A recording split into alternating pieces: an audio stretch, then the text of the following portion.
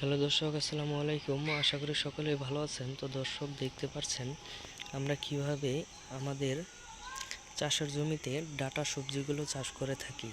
তো বন্ধুরা, এই ডাঁটা সবজিগুলো চাষ করে অনেক কৃষক ভাইয়েরাই কিন্তু ভালো ধরনের লাভবান হয়েছে, এবং আপনারা চাইলেও এই ডাঁটা সবজিগুলো চাষ করতে পারবেন খুব সহজেই। তো বন্ধুরা, এই ডাঁটা সবজিগুলো চাষ করে অনেক কৃষক ভাইয়েরাই কিন্তু ভালো ধরনের লাভবান হয়েছে। তো দর্শক, দেখতেই পাচ্ছেন আমাদের চাষের জমিতে আমরা কি পরিমাণে ডাঁটা সবজিগুলো চাষ করেছি। তো বন্ধুরা, এই ডাঁটা সবজিগুলো কিন্তু প্রচুর পরিমাণের লাভবান হওয়া যায়। আপনারা চাইলেও আপনাদের চাষের জমিতে এই ধরনের ডাঁটা সবজিগুলো চাষ করতে পারেন।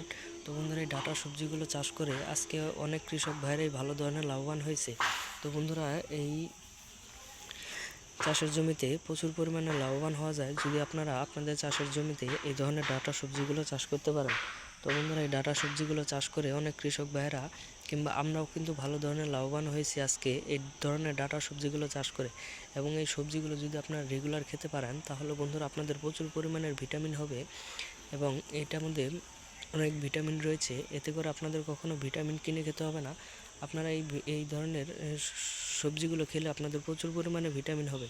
ধন্যবাদ সকলকে। সকলে ভালো থাকবেন এবং সুস্থ থাকবেন, এবং ভিডিওটিতে একটি লাইক এবং একটি কমেন্ট করে যাবেন। ধন্যবাদ সকলকে। সকলে ভালো থাকবেন। আসসালামু আলাইকুম।